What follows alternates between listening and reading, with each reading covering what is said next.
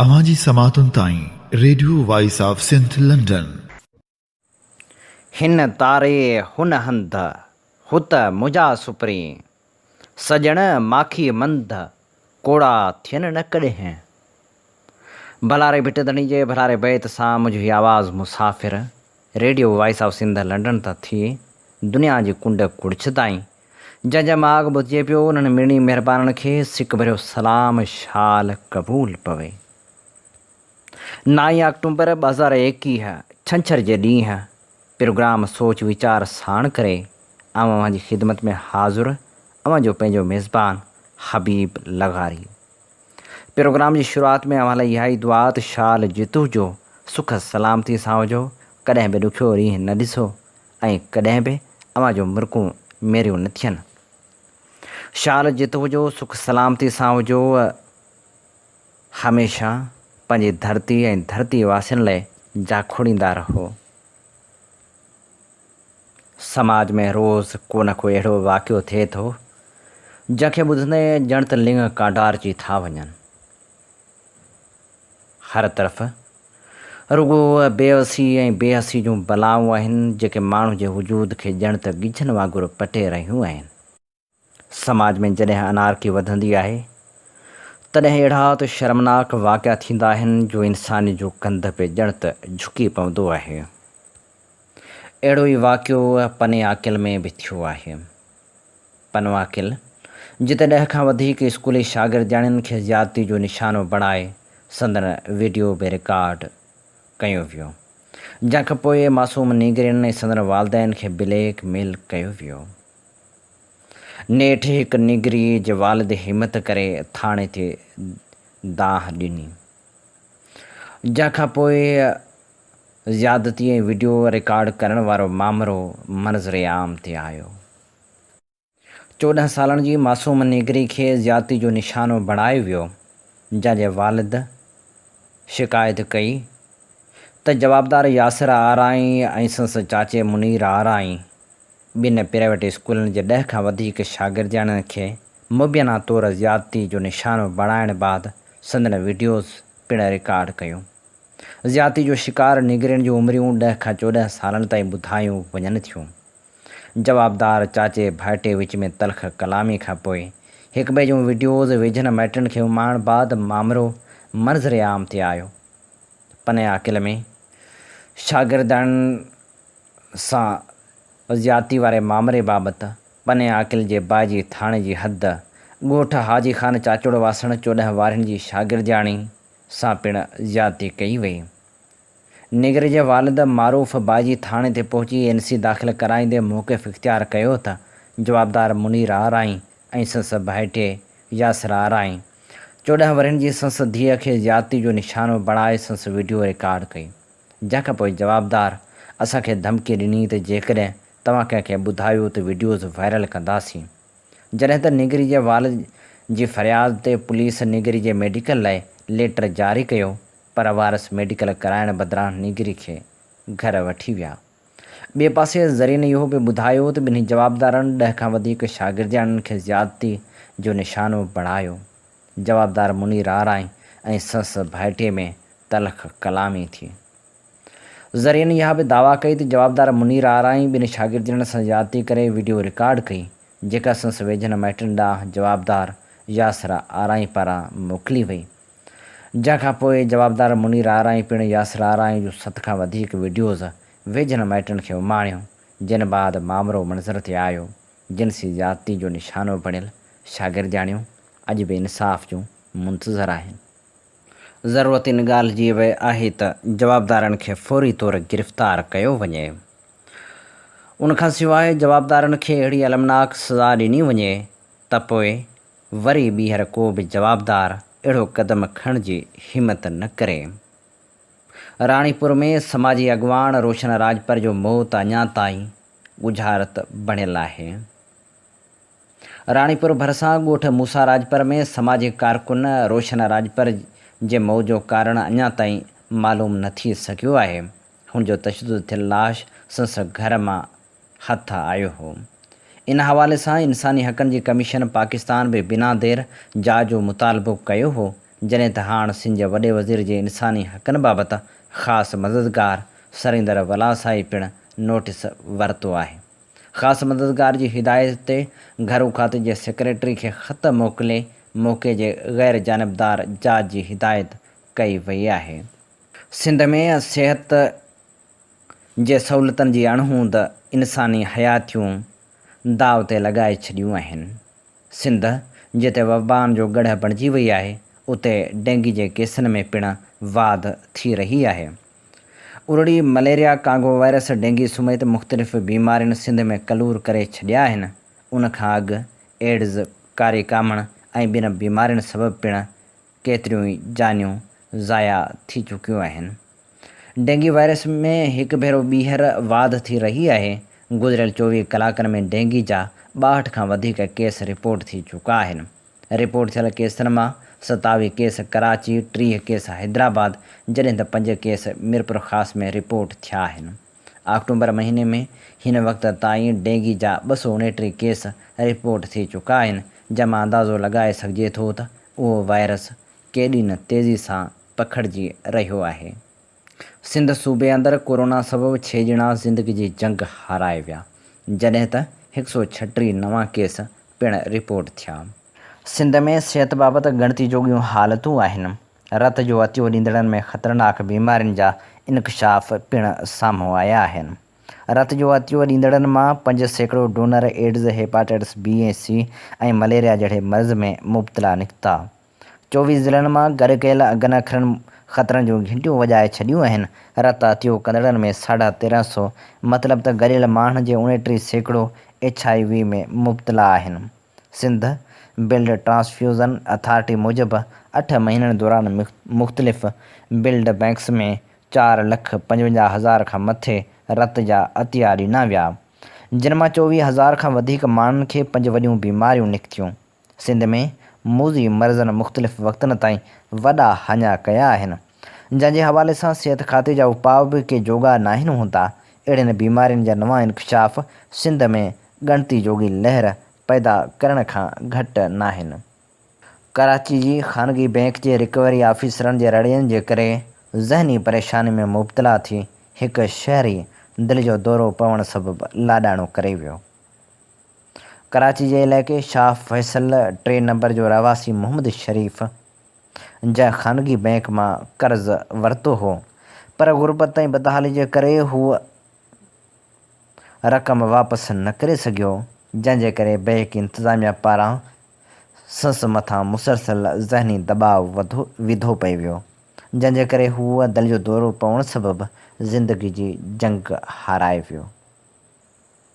सिंध जे नामियारे राॻी मंज़ूर सखीराणी सां संस वॾे भाउ शमसुद्दीन सखीराणी जे लाॾाणे ते ताज़ियत जो सिलसिलो हलंदड़ आहे। शमसुद्दीन सखीराणी कराची जी अस्पताल में बीमारी सबबु लाॾाणो करे वियो हो। संस मढ़ खे दादू शहर जे छाणू शाहबाद पाड़े में आंदो वियो, जिते जनाज़ी निमाज़ बाद संस तदफ़ीन कई वई। सोच वीचार में अव्हां लाइ हीअ कुझु ख़बरूं पेश करे रहिया हुआसीं। अमी ॿुधी रहिया आहियो radio voice of Sindh London, ऐं आउं जो मेज़बान आहियां हबीब लगारी। अव्हां जी ख़िदमत में प्रोग्राम पेश कयो पियो वञे सोच वीचार। सोच वीचार में जेकॾहिं अव्हां लिखणु चाहियो था त हींअर ई कलम खणो ऐं असां ॾे बहितर खां बहितर इनकलाबी मवाद ॾियारे मोकिलियो। असां ॾे अहिड़ो मवाद ॾियारे मोकिलियो जंहिंमां अमुल ॼाण मिली सघे, जंहिंमां शऊर पिराए सघिजे, जंहिंमें को पैगाम, को सनीहो समायल हुजे। उन सां गॾु गॾु अव्हां पंहिंजा राया बि मोकिले सघो था त जीअं उन जी रोशनी में असीं प्रोग्राम खे बहितर खां बहितर बणाए सघूं। असांजो व्हाट्सअप नंबर आहे 0312 3245 303। जी हा, 03123245 ऐं हाणे प्रोग्राम सोच वीचार में ख़ुशबू जहिड़ा ख़्याल, ख़ूबसूरत शाइरी, उहा शाइरी शामिलु करियूं था जेका मुख़्तलिफ़ पटनि मां मुख़्तलिफ़ माण्हुनि असां ॾे ॾियारे मोकिली। फ़ुकरा ग़ुलाम हुसैन असां ॾे ॾियारे मोकिलियो ख़ूबसूरत नज़म, जंहिंजो शाइर आहे शेर मोहम्मद हाले पोटो। डिघेरे पेर खंडर में सुतियूं सच जूं कहाणियूं आहिनि, धुबण में मुफ़लसी जा ॾिस सफ़र क़ौमनि कया आहिनि। खुली का अख हसरत जी उन्हीं खे मौत जी निंड में सदाई ले सुम्हारिनि था। बंदर जे कंधनि ते ॾिस सलेबूं सवार थियूं आहिनि। ज़माने जे उॾामनि में रुॻो आवारगी आहे, किथे को गाम घर न आहे, न की को आजपो आहे। जियापे जा तलख़ ॾींहड़ा रुॻो रस्तनि जो रोलाकियो, सलामत दीद जे लाइ न की को आईनो आहे। ख़्वाबनि जी खुदाई खे चढ़ियल मंड मोहबत जो मिटी जी महक साॻी आहे। सुञाणप खे अखियूं न आहिनि, रुॻो हिते यादगीरनि जा वटे धाॻा रहिया आहियूं। डिघेरे पेर खंडर में सुतियूं सच जूं कहाणियूं आहिनि।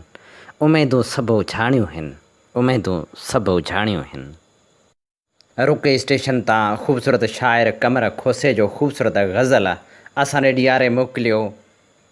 ख़ूबसूरत शाइर बदर खोसे। दिली मक़सद माणण लाइ हलणु बेहद ज़रूरी आहे। कुशाला कोह पेमाई करणु बेहद ज़रूरी आहे। पचायो पाण खे पाहण मिसल जी प्यार थिए पुख़्तो, सितम संसार सारे जा सहणु बेहद ज़रूरी आहे। जॾहिं ईज़ाउ को ईंदो अखियुनि में लुड़के ईंदा, पर कजे दोहमान दुश्मन ते खिलणु बेहद ज़रूरी आहे। नथा सिक यार जी लाहे सघनि संसार जा माण्हू, जियापे लाइ बसि हिकिड़ो सॼणु बेहद ज़रूरी आहे। हिते आज़ार आ मूं लाइ, हिते तूं वैल में हूंदे, हिते आज़ार आ मूं लाइ, हुते तूं वैल में हूंदे। सलियूं ॾुख सूर हिक ॿिए सां मिलणु बेहद ज़रूरी आहे। अखियुनि मां का मिठा उते प्यारियो प्यार जी सुर्की, मोहबत जी मै मुर्की पीअणु बेहद ज़रूरी आहे। अगरि चाहियो रहे बाक़ी अव्हां जो नाम ऐं नेकी, त ॿियनि जे लाइ ॿिए जग में जीअणु, त ॿियनि जे लाइ बि जग में जीअणु बेहद ज़रूरी आहे। मरण मेहणो त नाहे, पर कमर हिकु आरज़ू आहे। अव्हां जे झोल में मुंहिंजो हुजणु बेहद ज़रूरी आहे। दिली मक़सद माणण लाइ हलणु बेहद ज़रूरी आहे। हैदराबाद मां ख़ूबसूरत शाइर जबार तासीर सूमरे असां ॾे ॾियारे मोकिलियो संदसि ग़ज़ल। जज़्बा पंहिंजा गुलड़नि जहिड़ा, नाज़ुक पोपट परणनि जहिड़ा। कीअं तो मूंसां नाता जोड़िया, बेख़बरी में चढ़ियनि जहिड़ा। सूंहं सनिहा ॾींदा आहिनि सालिक माण्हू, सुघड़नि जहिड़ा। छा त वणनि था गुफ़्ता तिन जा ख़्याल खथूरी वरड़नि जहिड़ा। मुंहिंजा ख़्वाब भुरी थिया भोरा, वारी जे तिन घरड़नि जहिड़ा। बेसूद बणिया सभु ख़त पुराणा, फाटल मेरन कपिड़नि जहिड़ा। तासीर खे माण्हू चाहींदा आहिनि, सिंध जा माखी मिठड़नि जहिड़ा। 60 मैल तां ग़ज़ल ॾियारे मोकिलियो ग़ुलाम आदर्श। का ख़बर नाहे ज़िंदगी छा आहे, सोच खां पंहिंजी ॼण त मथे आहे। राज़ आहे को कुझु त थी चाहे, ही दुनिया माण्हू घर किथे ठाहे। नेण अहिड़ा ॼण थक दुनिया लाहे, आदर्श जा सभु ख़्वाब थी डाहे। वफ़ा रियाज़ असां ॾे ॾियारे मोकिलियो ख़ूबसूरत इनक़लाबी नज़म। असां हारी सॾायूं था, मिटी में लिंग वञायूं था। मिटी जा बूट पायूं था, मिटी जा सूट पायूं था। असां हारी सॾायूं था। न जुमे ते, न छंछर ते, न आचर ते, न सूमर ते, न ओलह ते, न ओभर ते, न ॾखण ते, न उत्तर ते, न कींझर ते, न मंछर ते, न काछे लाड़ या थर ते। मगर रब तुंहिंजे आधर ते, थधी कोसी सही सिर ते। जोटूं जोटे ही डांदर जूं ॿिन्हिनि में हर हलायूं था।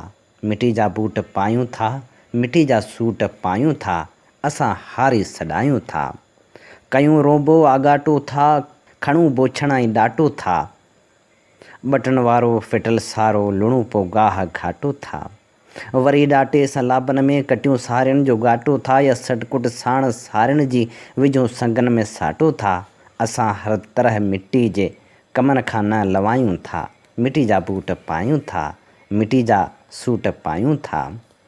मिटी खे ज़िंदगी सम्झी, मिटी खे बंदगी सम्झी, मिटी खे आशिकी सम्झी, मिटी खे दिलि लॻी सम्झी, मिटी खे दिलि बरी सम्झी, मिटी खे दोस्ती सम्झी, मिटी खे हर ख़ुशी सम्झी, मिटी खे ई सखी सम्झी।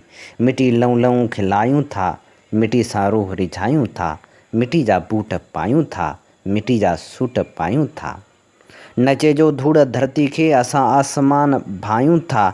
अजब अहिड़ो मिटी जो शान आली शान भायूं था। मिटी सिज चंड तारनि खां मिटी जो मान भायूं था।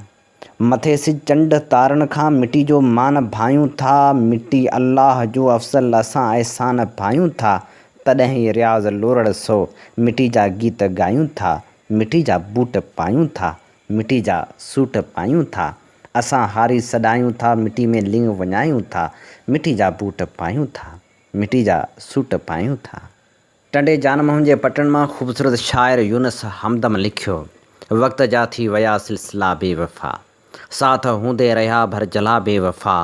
हा अञा मुंद नेणनि में सावण जी आ, हू छॾे विया रुॻो फ़ासिला बेवफ़ा। जिन जी पूॼा में जीवन गुज़ारे छॾियो, तिन अंदर में छॾिया सिलसिला बेवफ़ा। प्यार ॾींदा रहूं, प्यार वठंदा रहूं, पर ॾुखिया था लॻनि मरहला बेवफ़ा। कंहिंजे यादनि सां इंसाफ़ चौकी कजे, जितो हुजनि प्यार जा काफ़िला बेवफ़ा। सागड़ जे पटन मां असां ॾे नज़म लिखी मोकिलियो रोशन लिगारी।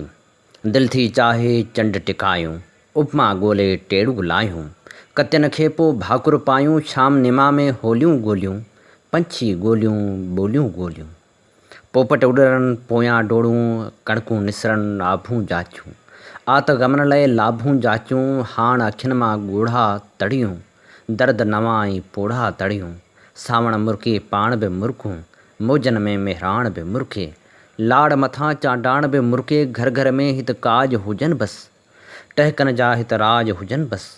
सरतियूं गॾिजी सेहरा ॻाइनि, कतियूं तारा झुमरियूं पाइनि। ॻोठ सॼो सुरहाण में वेहिजे, चंड संदी चांडाण में वेहिजे। पाण बि पंहिंजी रीत निभायूं, विसरियल प्यारा गीत झुंगारियूं, निंढपिण वारी विख विख सारियूं। रांदियूं चर्चा टहक निराला, वाहड़ शाखूं वहक निराला। लाड़ी चारियूं पीरूं ॻाढ़ा, यार भिटूं ऐं सूरज काढ़ा। टिबड़ियूं पातल हार ॻिचनि में, हरड़ियुनि वारा छाल सखियुनि जा, तिन सां हाजण इश्क पखियुनि जा।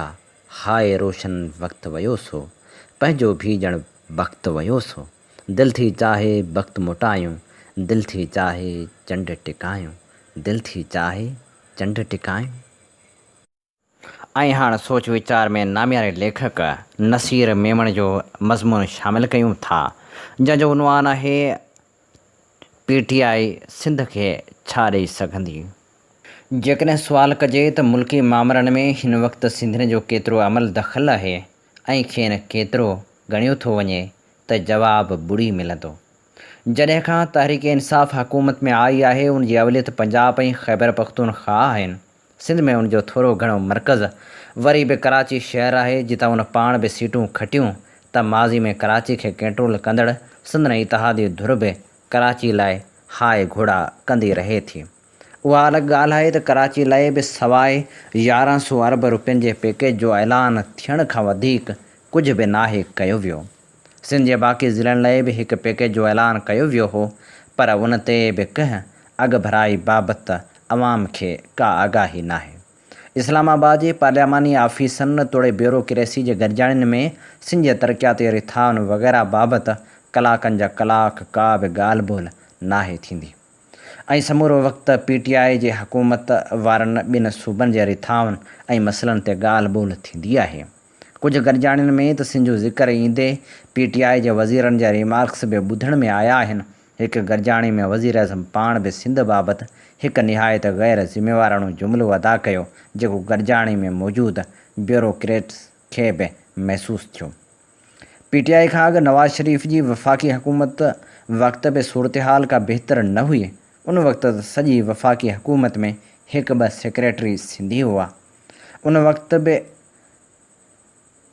ॿ बेइख़्तियार वफ़ाक़ी वज़ीर सिंधी हुआ। उनखां पुठिते पीपल्स पार्टी जी हुकूमत में वञो त वफ़ाक़ी वज़ीरनि में सिंधियुनि जो अंगु बहितर हो, जंहिं करे इस्लामाबाद ॾांहुं सिंधियुनि जी अचु वञु कुझु बहितर हुई। अलबत्ता वफ़ाक़ी ब्यूरोक्रेसी में उन वक़्तु बि सिंधी आङिरियुनि ते ॻणण जेतिरा हुआ। हिन वक़्तु अलबत्ता इंतिहा दर्जे जी यतीमी वारो माहौल आहे, जो इस्लामाबाद में मौजूदु हुक्मराननि खे सिंध वासियुनि खां शदीद चिड़ आहे, छो त उन्हनि खेनि बाक़ी टिनि सूबनि जियां अच्छे कारे जो मालिक न बणायो। बज़ाहिर त वफ़ाक़ी हुकूमत खे पीपल्स पार्टी हुकूमत सां नफ़रत आहे, पर उन में वज़ीर आज़म ऐं संदसि साथी समूरे सिंध सां वेर जहिड़ियूं पॉलिसियूं इख़्तियार कयो वेठा आहिनि। शुरू में त ख़ान साहिब जो ख़्यालु हो त शायदि इस्लामाबाद में वेठल वज़ीर आज़म मुल्क जो बादशाह सलामत हूंदो आहे, सो जेको चाहींदो उहो थींदो। अलबत्ता सूतत खेसि ख़बर पई त अरिड़हीं तरमीम खां पोइ केतिरा ई इख़्तियार सूबनि वटि आहिनि। तंहिं करे मथनि डंडे सां हुकुमरानी करणु हाणे सवलो न आहे। पोइ वज़ीर आज़म सुमेत संस जिन बि साथियुनि अरिड़हीं तरमीम कॾहिं पढ़ी न हुई, उन्हनि जो ख़्यालु हो त शायदि उहो को आर्टिकल आहे जेको वज़ीर आज़म जे हुकुमनामे या सादी अक्सरियत सां क़ौमी असेंबली ख़तमु करे छॾी। बाद में वज़ीर आज़म खे पतो पियो त अरिड़हीं तरमीम वसीले ते लॻभॻि 100 आर्टिकल्स में फेरफार कई वई हुई। ॿी ॻाल्हि त कंहिं बि आइनी फेरफार लाइ 2 भाङे 3 घणाई घुर्बल हूंदी आहे। नेठि सभु दरवाज़ा बंदि ॾिसी चयो वियो त भला गवर्नर राज था हणूं। पतो पियो त उहो दरवाज़ो बि अरिड़हीं तरमीम बंदि करे चुकी आहे। ख़ान साहिब खे पतो ई नाहे त अरिड़हीं तरमीम मुल्क जी आइनी तारीख़ जो हिकु ग़ैर मामूली कमु आहे जंहिंखे रिवर्स करणु एतिरो सवलो न आहे। बसि हुन बेवसी खां पोइ संस हुकूमत ॾींहुं राति सिंध मथां कंहिं न कंहिं शक्ल में पंहिंजो कब्ज़ो क़ाइमु करण लाइ हथ पेर हणंदी रही आहे। कॾहिं ॿेटनि ते सिंधी वालार वारो आर्डीनेंस, कॾहिं बरसाती नाला साफ़ करण लाइ NDMA मोकिलणु, कॾहिं कराची डेवलपमेंट कमेटी जोड़णु, त कॾहिं सिंध में बंगालियुनि जूं छॾियल ज़मीनूं पंहिंजे इतिहादियुनि हवाले करण लाइ कमेटी जोड़ण वारा टिकसाट इस्तेमालु थींदा रहिया आहिनि। जेतोणीकि सिंध वासियुनि खे पीपल्स पार्टी हुकूमत जी कारकर्दगी ते सवें सुवाल आहिनि, पर तहरीक इंसाफ़ जी हुकूमत जी मरकज़ियत पसंदि लाड़नि ऐं सिंध में संदनि इतिहादियुनि जे माज़ी जी तारीख़ सिंध वासियुनि लाइ वेतर ॻणती जो कारण आहे। एतिरे क़दुरु जो सिंध में PTI जा सिंधी ॻाल्हाईंदड़ अॻुवाण ऐं पार्टी लाइ नरम रवैया रखंदड़ आम सिंध वासी बि उन मामले ते ॿुॾतर जो शिकार आहिनि। सॼी सिंध में तहरीक इंसाफ़ वटि साक़ाइता सिंधी अॻुवाण बि न आहिनि जेके आङुरियुनि ते ॻणण जेतिरा चङी साख वारा सिंधी PTI में आहिनि। उन्हनि खे पार्टी इदारनि में का अहमियत हासिलु न आहे जो उहे अहम फ़ैसिलनि ते असरअंदाज़ थी सघनि। वफ़ाक़ी हुकूमत में 60 खां वधीक वज़ीरनि ऐं ममलकती वज़ीरनि मां 2 सिंधी आहिनि, जिन खे सिंध जे मामलनि ते अवामी फोरम ते तोड़े पार्टी इजलासनि में कॾहिं ॻाल्हाईंदे नाहे ॿुधो वियो। उहे समूरो वक़्तु सिंध हुकूमत जी मुखालफ़त में रुधल रहनि था। उन्हनि हालतनि में हिकु घड़ी लाइ फ़र्ज़ु कयो त सिंध में पीपल्स पार्टी जी हुकूमत ख़तमु कई थी वञे त पोइ वारो मंज़रनामो कहिड़ो हूंदो। उहो सियासी मंज़रनामो लॻभॻि मुशरफ़ जे दौर वारो हूंदो, जंहिंमें काफ लीग जी जाइ PTI वालारींदी। उन में कुझु खटियल ऐं कुझु खटायल सिंधी ऐं बाक़ी कराची में कुझु MQM वारा ऐं बाक़ी संदन सोच वारा तहरीक इंसाफ़ वारा मेंबर सिंध में हुकूमत हलाईंदा। मुमकिन आहे त थोरो घणो रोडनि रस्तनि ऐं नौकरियुनि जा ऐलान थी वञनि, पर जेके सिंध जे सियासी ऐं क़ौमी मुफ़ादनि वारा बुनियादी मामला हूंदा, उन जी छा सूरतहाल बीहंदी। कराची ते अमली तौरु कंहिंजो राज क़ाइमु थींदो। ॿेटनि बाबति फ़ैसिला केरु कंदो। अरिड़हीं तरमीम जी अहम शकनि खे केरु बचाईंदो। जेतोणीकि गवर्नेंस वारी कारकर्दगी बाबति पीपल्स पार्टी मां अक्सरियत उरही आहे, पर मामिरो रुॻो तर्ज़ हुकुमरानी जो ई न पर हक़ हुकुमरानी जो बि आहे। चूंडनि में वोट वरी बि कॉम्प्रेस धुरियुनि खे न मिली सघंदो जो उहे ऐवान में वञी उन्हनि मामलनि ते को किरदारु अदा करे सघनि। रही ॻाल्हि बहितर हुकुमरानी जी, त अॼु सिंध में तहरीक इंसाफ़ अंदरि जेके शख़्सियतूं शामिलु आहिनि, उहे त माज़ी में बि सिंध मथां इस्लामाबाद जे आशीर्वाद सां हुकुमरानी कंदियूं रहियूं आहिनि। जेकॾहिं उन्हनि जे दौर जी हुकुमरानी हिन दौर खां बहितर या घटि ख़राबु रही हुजे, तॾहिं बि उन्हनि खे ऑप्शन तौरु सोचिजे। रुॻो PP जी हिमायत में उन ते अखियूं ॿूटे छॾिजनि या PP मुखालफ़त में ईंदड़ मंज़रनामे ते अखियूं ॿूटे छॾिजनि। ॿिन्ही सूरतनि में सिंध जे नफ़े नुक़सान जो काथो बिना का सियासी अक़ीदतमंदी या इंतिहा पसंदी जे करणु घुरिजे। हिन मामले खे PP या PTI जी अमूमी रोज़मरह जी कारकर्दगी बजाए सिंध जे बुनियादी सियासी हक़नि, सूबाई ख़ुदि मुख़्तियारी ऐं सिंध वासियुनि जे हक़ हाकिमियत वारी अख सां परखणु घुरिजे। जंहिं बि धुर जी हिमायत ऐं मुखालफ़त कजे, उनजो पैमानो का बि पार्टी न पर सिंध हुजणु घुरिजे। हिन वक़्त ताईं PTI न सिंध में बहितर हुकुमरानी जो को नमूनो पेश करे सघी आहे ऐं न उहा सिंध जे बुनियादी क़ौमी सवालनि ते को सिहतमंद मौक़िफ़ इख़्तियार करे सघी आहे। सिंध जे सियासी हक़नि जे मामले ते PTI जो समूरो मौक़िफ़ वफ़ाक़ी इस्टेब्लिशमेंट वारो आहे। PTI खे सिंध वासियुनि वटि पंहिंजी साख ठाहिण लाइ पहिरीं त सिंध जी सूबाई ख़ुदि मुख़्तियारी बाबति मौक़िफ़ चिटो करणु घुरिजे। सिंध जे वसीलनि ते सिंध जी मालिकी बाबति पंहिंजो रवैयो बदिलाइणु घुरिजे। सिंध में कुझु साक़ाइतनि किरदारनि खे पंहिंजे सिफ़नि में अॻियां करणु घुरिजे। हिन वक़्तु अमली तौरु सिंध में PTI MQM जो ॿियो मुहांडो बणियल आहे, जंहिंजी नुमाइंदगी फ़रोग़ नसीम अली ज़ैदी ऐं वावडा जहिड़ा नस्ल परस्त ऐं ग़ैर जमहूरी रवैयनि वारा माण्हू करे रहिया आहिनि। सोच वीचार में ही मज़मून असीं पेश करे रहिया हुआसीं, जंहिंजो उनवान हो PTI सिंध खे छा ॾेई सघंदी। हिन मज़मून जो लेखक हो नसीर मेमण। अव्हीं ॿुधी रहिया आहियो radio voice of Sindh London ऐं अव्हांजी ख़िदमत में प्रोग्राम पेश कयो पियो वञे सोच वीचार। सोच वीचार साण करे अव्हांजी ख़िदमत में हाज़िर अव्हांजो पंहिंजो मेज़बान हबीब लगारी।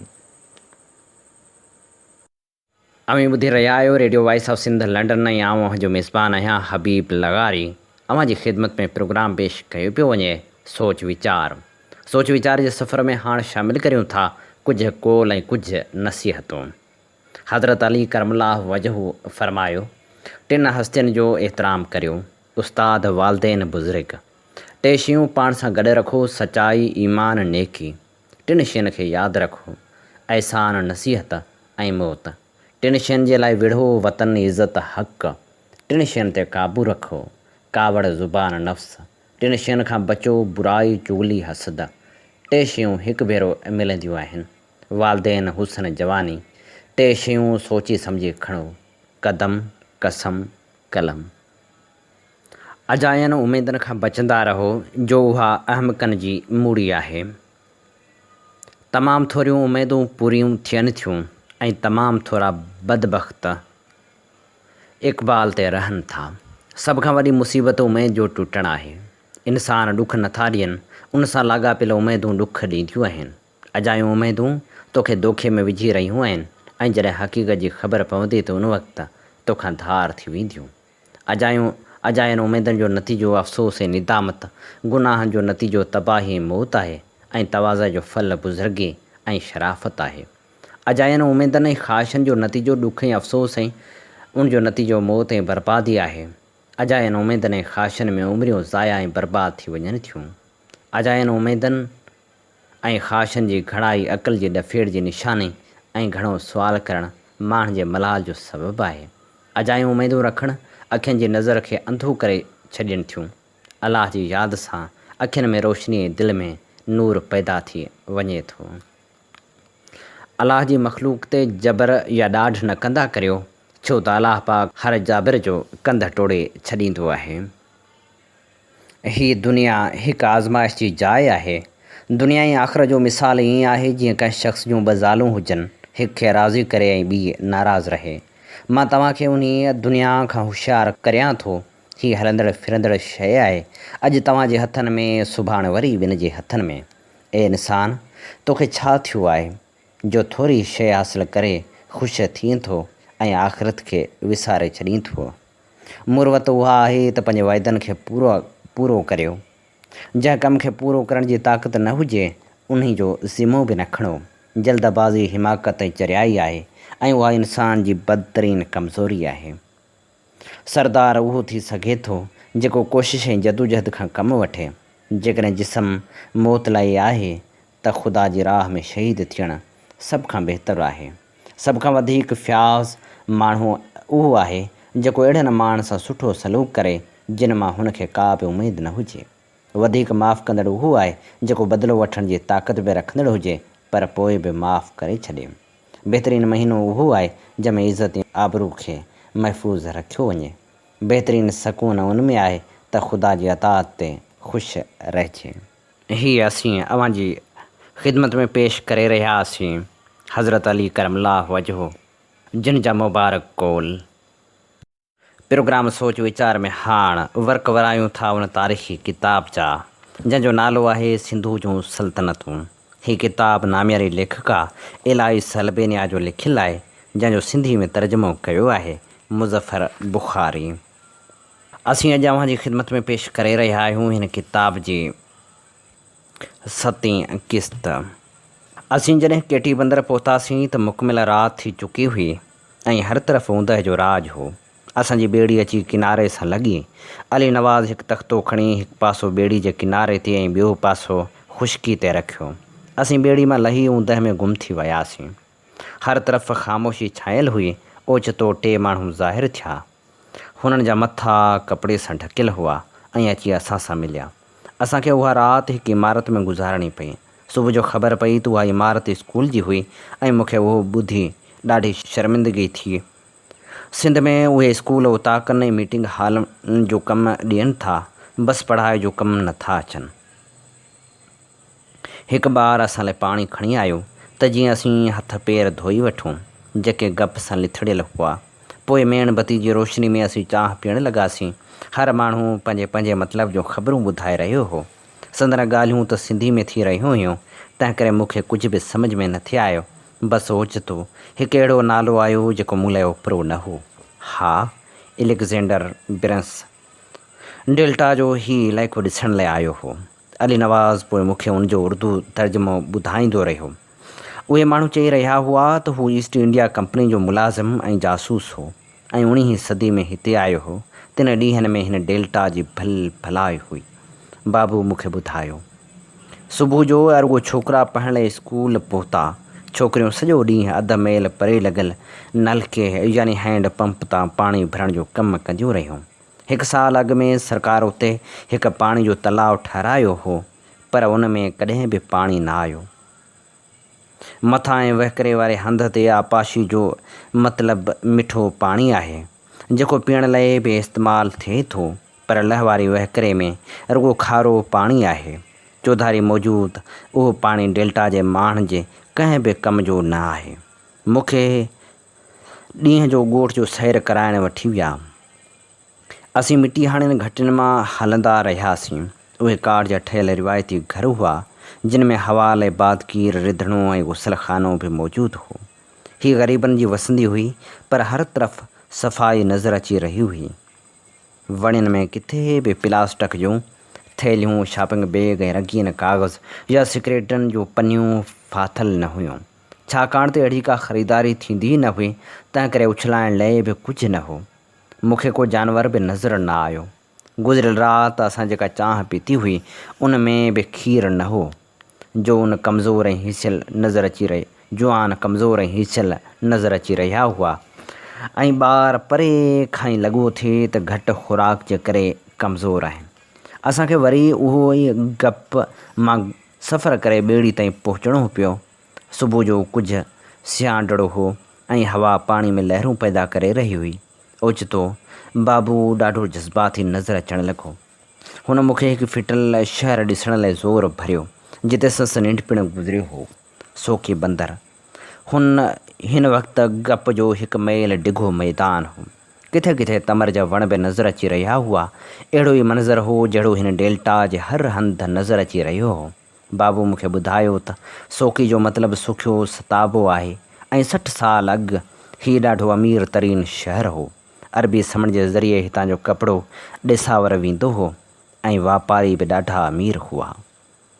बाबू जी माउ निंढे हूंदे बीमार थी पई हुई त खेसि इलाज लाइ सोकी बंदर जे मशहूरु हकीम वटि आंदो वियो हो। हुनजी नानी उते ई दफ़न थियल आहे, पर हाणे हू क़ब्रिस्तान बि दफ़न थी चुको आहे। समुंड सभु कुझु खणी वियो आहे। हाणे रुॻो क़बरनि जा निशान बाक़ी बचा हुआ। गप काफ़ी हद ताईं सुकी चुकी हुई। असीं पथरनि ते पेर ॾींदा क़ब्रिस्तान में दाख़िल थियासीं, जिते क़बरनि जी निशानी तौरु सिर्फ़ु कुतबा मौजूदु हुआ।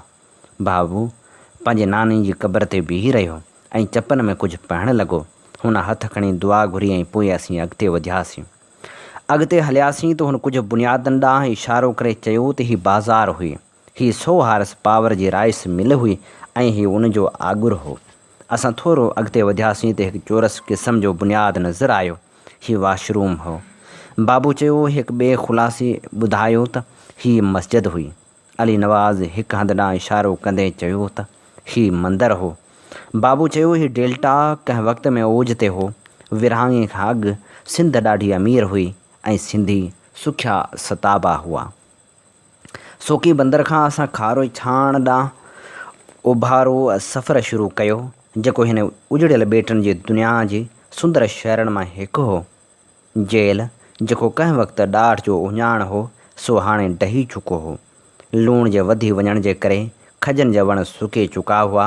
हिकु दीवानो जंहिंजो नालो सुमार हो, सो सॼो ॾींहुं वेठो रछ ठाहींदो हो ऐं शाम जो सभु कुझु उते छॾे हलियो वेंदो हो। माण्हू हिकु डिस्पेंसरी ॿाहिरां वेही चांहि जूं चुस्कियूं भरे रहिया हुआ ऐं पंहिंजे उजड़ियल विरसे ते मातम करे रहिया हुआ।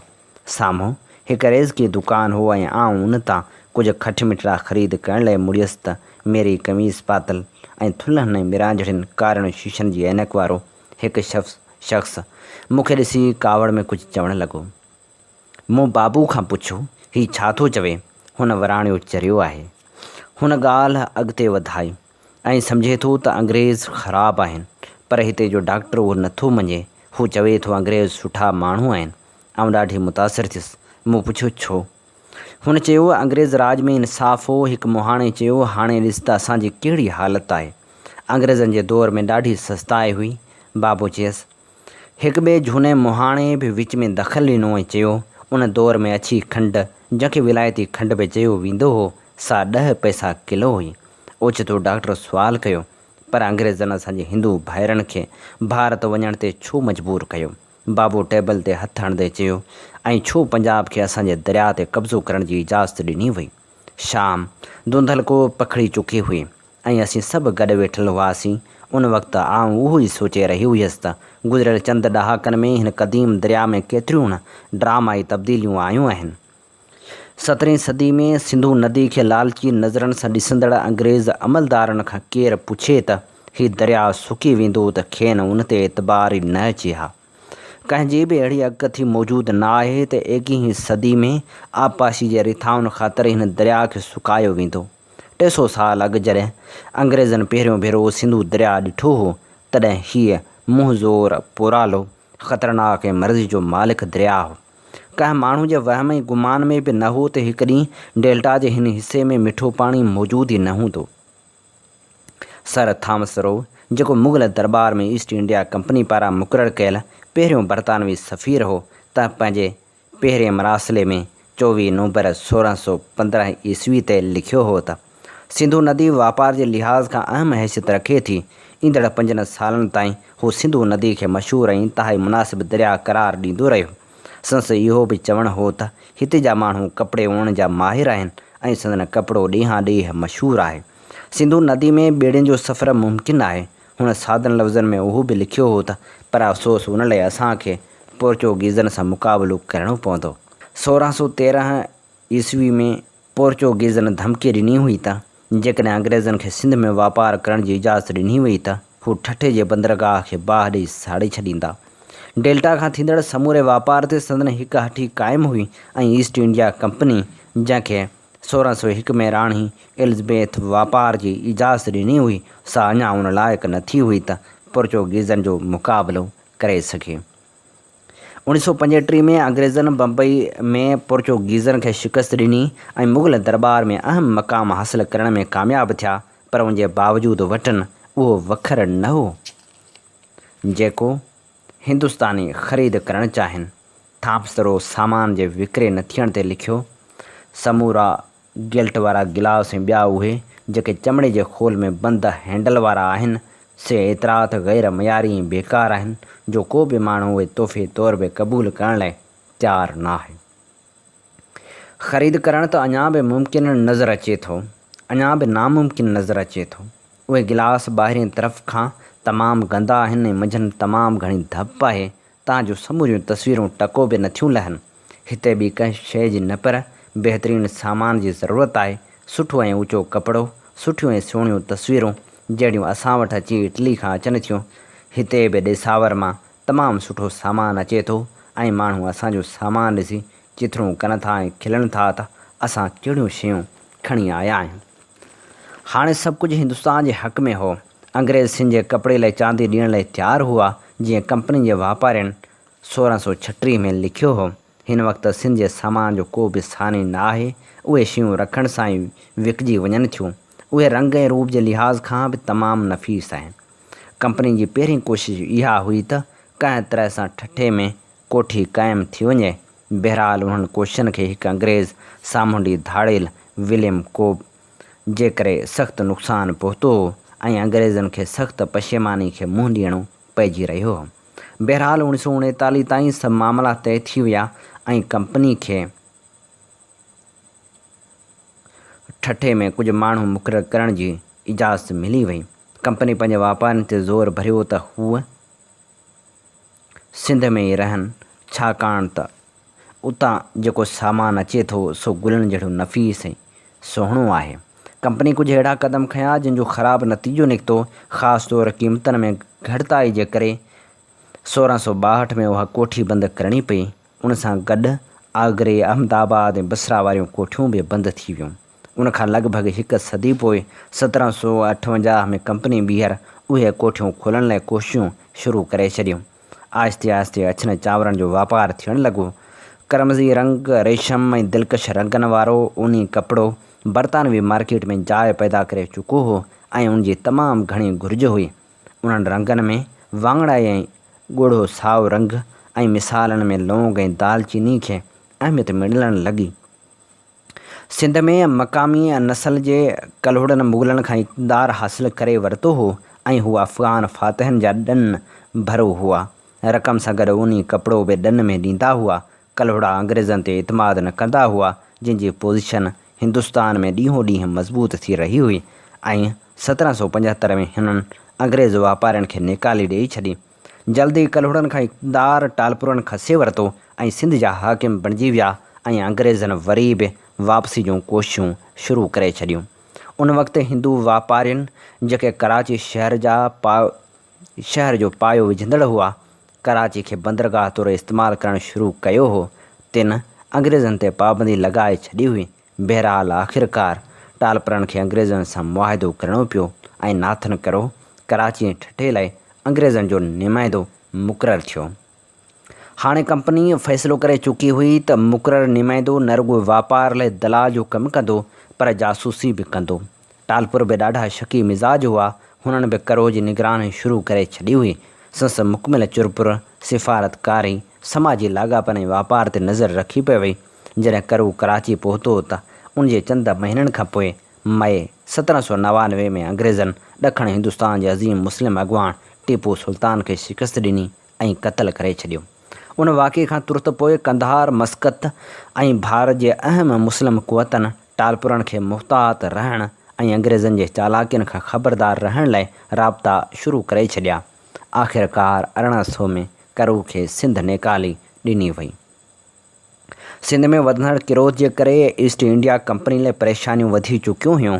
संदन सिंध सूबे में दाख़िला मुश्किल बणिजी वई हुई। अंग्रेज़ वापारियुनि लाइ इहो वॾी परेशानी जो कारण हो ऐं इहा सूरतहाल बाक़ी हिंदुस्तान जे बिल्कुलु उबतड़ हुई।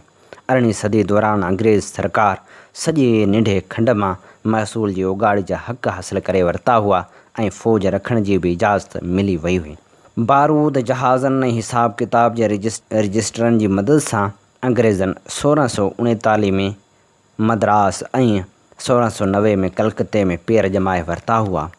1757 में बंगाल फ़तह करे वरितो। 1763 फ़्रेंच अटालनि ते ग़लबो हासिलु कयो ऐं 1775 खां 1818 ताईं मरहटनि खे बि मारे मुञाए वरितो हो। आख़िरकार 1803 ईस्वी में मुग़लनि खे झुकाए दहली ते कंट्रोल हासिलु करे वरितो हो। 19वीं सदी जी शुरूआति में ई अंग्रेज़ हिंदुस्तान जा ग़ैर रस्मी शहनशाह बणिजी चुका हुआ। अञा ताईं खेनि नंढे खंड जे ओलह वारे हिसे यानी सिंध में का घणी पज़ीराई न मिली हुई ऐं अंग्रेज़नि ख़िलाफ़ु सिंधियुनि जो जारहाणो रवैयो बरक़रार हो। 17वीं सदी में अंग्रेज़नि खे पोर्चुगीज़नि सिंध मां हकाले कढियो हो। 2 भेरा खेनि ठठे मां निकाली ॾिनी वई। उनखां पोइ अंग्रेज़नि सिंध ॾांहुं पंहिंजे रवैये में तब्दीली आंदी। 1831 ईस्वी में जेम्स ब्रिंस वाज़ह तौरु लिखियो हो, अंग्रेज़नि खे सिंधियुनि सां राब्तो करणु घुरिजे। हिन वक़्त ताईं उनखे नज़रअंदाज़ कयो वियो आहे ऐं हेल ताईं राब्तनि खे घणी हद ताईं ग़ैर तसली बख़्श बि चई सघिजे थो। हीअ चूंड वर्क असीं अव्हांजी ख़िदमत में पेश करे रहियासीं किताब सिंधू जूं सल्तनतूं मां। हीअ किताब नामियारी लेखका एलाइसा अल्बेनिया जो लिखियलु आहे। हिन जग मशहूरु किताब जो सिंधी में तर्जुमो कयो आहे मुज़फ़र बुख़ारी। इन ते प्रोग्राम सोच वीचार जो वक़्तु पंहिंजी पुॼाणी ते पहुचे थो। पंहिंजे मेज़बान हबीब लगारी खे इन साॻी दुआ सां ॾींदा इजाज़त। वसे भिट तुंहिंजी भलारा सदा सदा देस परदेस सारा वसन। कॾहिं सिंध सिंधी न मेरी थिए, कॾहिं मोड़ कंहिंजा न मुरझाए अचनि। सिंध मुंहिंजी अमा सूंह तुंहिंजी अमत छा लिखी छा लिखां छा लिखी छा लिखां ओ सिंध मुंहिंजी अम्मा दुनिया जा सिंधियो हिक मुठ थी सिंध बचायो। ओ सिंध मुंहिंजी अम्मा सूंह तुंहिंजी मथां छा लिखी छा लिखां। सिंध जो क़ौमी आवाज़ radio voice of Sindh London.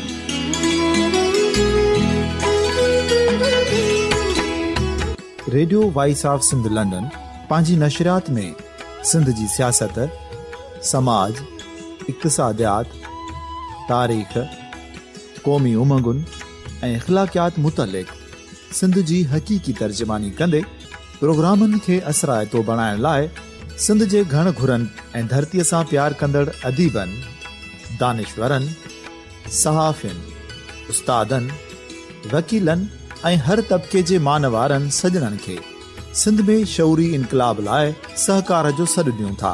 अचो त गॾिजी सूफ़ियुनि ऐं संतनि वारी सिंध जो ओज हिकु मुठ थी वरी वापसि आणण वारे सफ़र जा साथारी बणिजऊं।